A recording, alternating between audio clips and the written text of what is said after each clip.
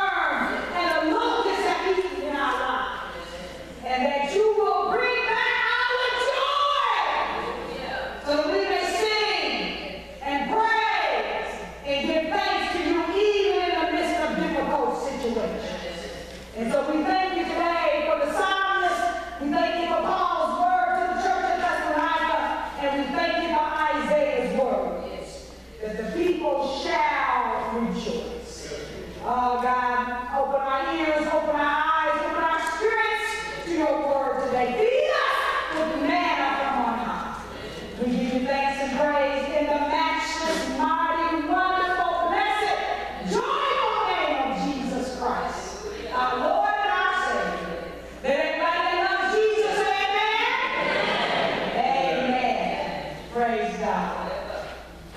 The house was located at 708 North Minnesota Avenue in St. Cloud, Florida.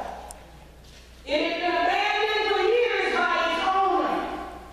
And by the time the St. Cloud code enforcement officials decided to tear the house down, it had accumulated 12 years worth of violations.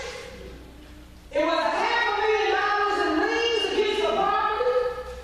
The owner was nowhere to be found. The neighborhood had been complaining. The house was dilapidated. It was an eyesore. There were bodies growing up all around the house. The grass was high, and the wood was rotten, and there were piles of junk outside the house and inside the house. It was just a mess. So on April 14th of this year, the city finally took over the property, and they went about demolishing this old dilapidated house with the intentions of selling the lots. But as the workers were knocking down the walls, they kept hearing these click, click, click in the debris that was thrown into the dumpster. Click, click, click. Upon inspection, the demolition crew found that someone had hidden thousands of coins inside the walls of the house. The crew immediately stopped the heavy equipment, and all of them began to get down on their hands and knees and dig through the field, picking up these precious coins.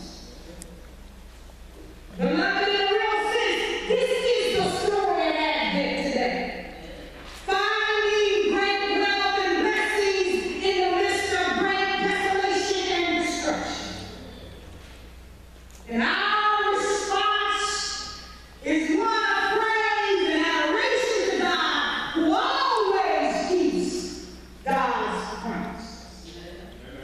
Witness now that these Advent promises and assurances that we read in the text, Isaiah text today, are told through the eyes of the anointed and commissioned prophet Isaiah. And there are other conversation partners in this text as well. God is speaking, and the people are responding, and they are happy. So let me set the text for us this morning. Let me situate this scripture. Let me situate us in this text today.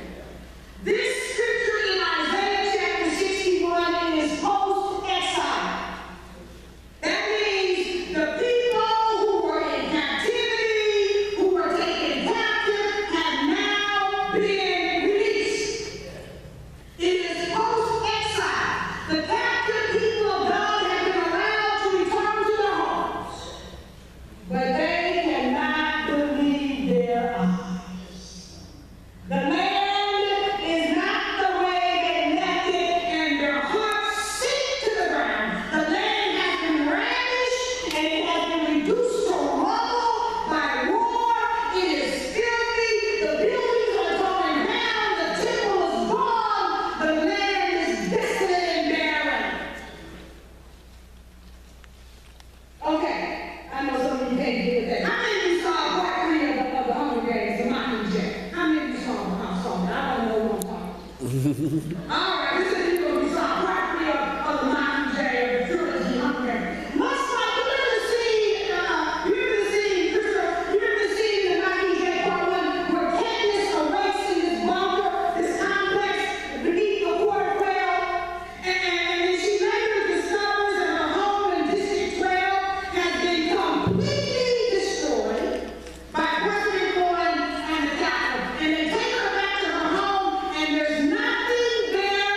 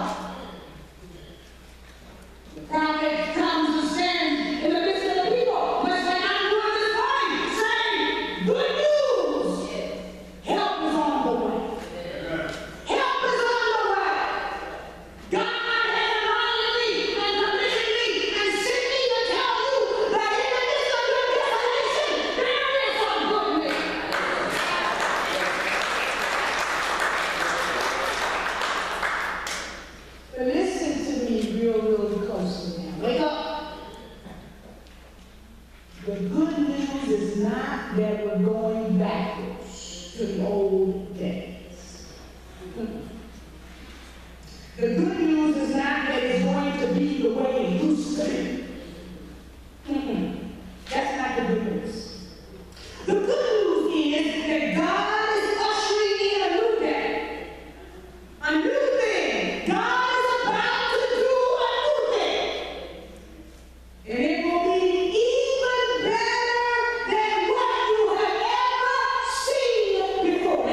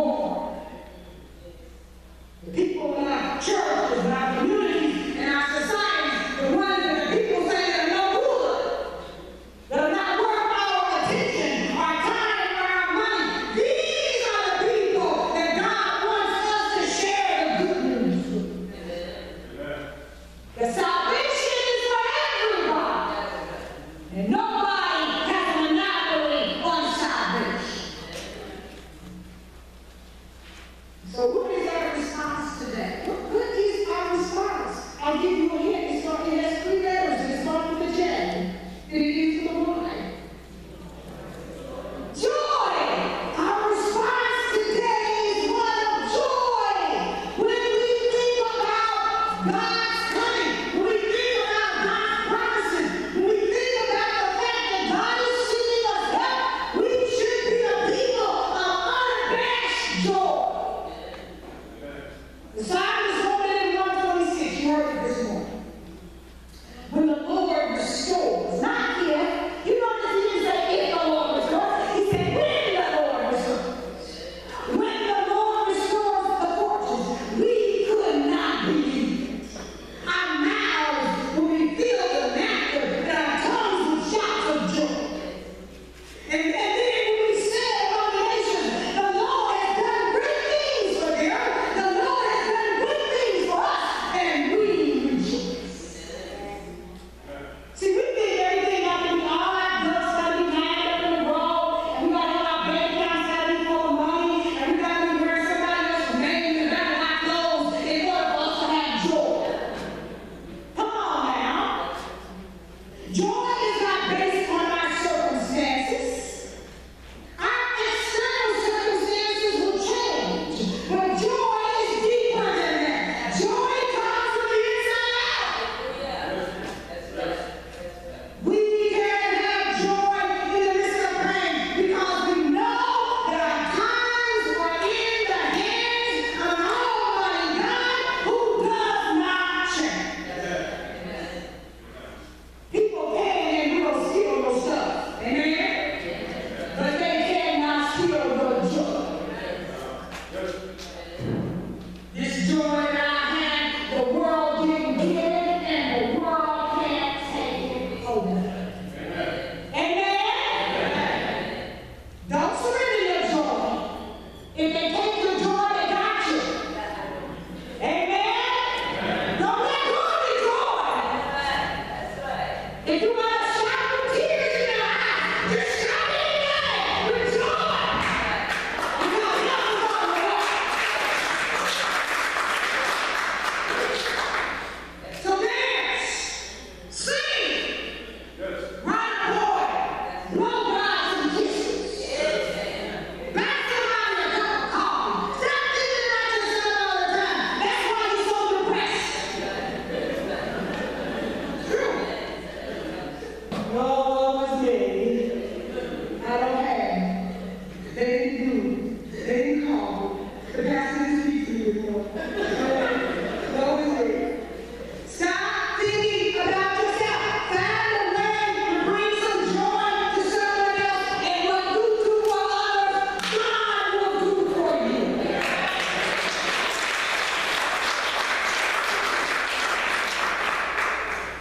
Baptism of baby Samaya this morning. Joy! Running in walls. Joy! A clean bill of health from the doctor. Joy! The cancer is gone. Joy! A new job after struggling with unemployment for years. Joy! Joy! Yesterday, I was in the pick up clothes from the cleaner. Right here on ground.